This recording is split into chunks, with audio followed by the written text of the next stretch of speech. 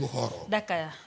nyiri pradek Joseph Weja Poindin mar kanisa Jokopere Nyandio Parish onyi penja kachani ta penje ni to kare wabunge donge ntiere kod arita kara jorito gi gin gionge bunde mag nyalo go ng'amo nego jatende ing'eyo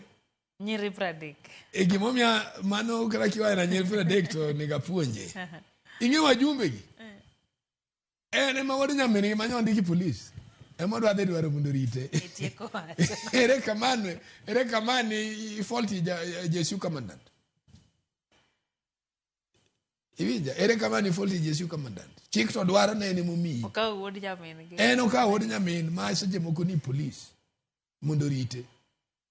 wodi nyamin ma kab gini ne sama gini sim to wen giduto girom koro bende ni sim to kiana in ka ng'acha nyalo wuotho budhi nyaka kama mto kantie to security obet chien ama nese in the step down